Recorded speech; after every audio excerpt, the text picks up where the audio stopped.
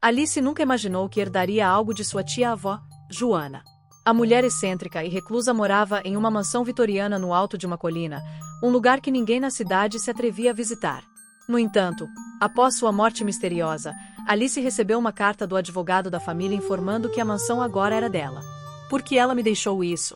Eu mal a conhecia, Alice sussurrou para si mesma, encarando a chave antiga na palma da mão. Determinada a descobrir a verdade, Alice decide passar um tempo na casa, sem imaginar os horrores que a aguardam.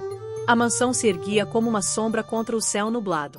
Ao atravessar os portões enferrujados, Alice sentiu um calafrio inexplicável. O vento sussurrava entre as árvores mortas e um silêncio opressor pairava no ar. Assim que empurrou a porta de carvalho, um rangido alto ecoou pela casa vazia. O cheiro de madeira velha e livros empoeirados a envolveu. Mas o que realmente fez seu coração acelerar foi a sensação de que não estava sozinha. Naquela noite, ao explorar o segundo andar, Alice encontrou um espelho antigo coberto por um pano bordado. Algo dentro dela dizia para não tocar, mas a curiosidade foi maior. Ao puxar o pano, viu seu reflexo, ou quase. A imagem no espelho a encarava com olhos sombrios, e um sussurro fraco ecoou pelo quarto. Por que você voltou? Alice recuou, mas o espelho tremeu levemente. O quarto mergulhou em um frio gélido, e a porta se fechou sozinha. A herança de sua tia não era apenas uma casa. Era uma armadilha. Alice acordou com batidas lentas e ritmadas dentro da parede do quarto. O som parecia vir de dentro da madeira, como se algo estivesse tentando sair. Ela acendeu a luz, mas nada parecia errado. Com o coração acelerado, aproximou-se da parede e encostou o ouvido. Um sussurro suave se fez audível. Me encontre, antes que ele encontre você. Ela se afastou rapidamente, tropeçando no tapete. O espelho ainda estava ali, mas algo havia mudado. Agora, nele, havia uma mensagem escrita em letras trêmulas, como se alguém tivesse arranhado o vidro de dentro para fora.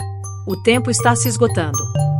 Com a respiração pesada, Alice pegou o diário de sua tia, que encontrara em uma gaveta trancada. Folheando as páginas amareladas, encontrou um trecho destacado. A mansão precisa de guardiões, mas nem todos sobrevivem ao que espreita entre os espelhos. Alice percebeu que não estava apenas visitando a casa. Ela era a próxima peça de um jogo muito mais antigo do que poderia imaginar. A noite seguinte foi ainda pior. Alice decidiu explorar mais a casa, buscando respostas no diário. Ao percorrer o corredor escuro, percebeu uma porta que não havia notado antes. Estava entreaberta, revelando um lance de escadas que descia até um porão. Cada degrau rangia sob seus pés hesitantes. O cheiro de mofo e velas queimadas impregnava o ar. Quando alcançou o fundo da escada, viu um cômodo repleto de espelhos. Eles estavam cobertos por tecidos velhos e rasgados, exceto um enorme espelho no centro da sala. O vidro estava turvo, quase líquido. Alice se aproximou, hipnotizada.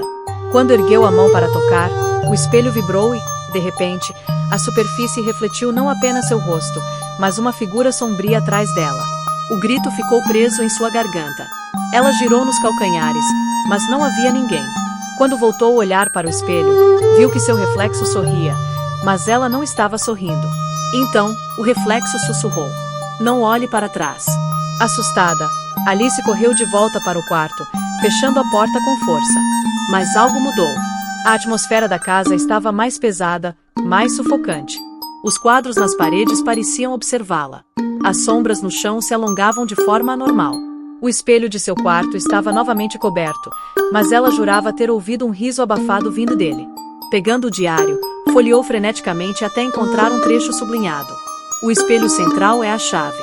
Mas uma vez dentro, você pode nunca mais sair. Alice soube que não podia mais ignorar o que estava acontecendo.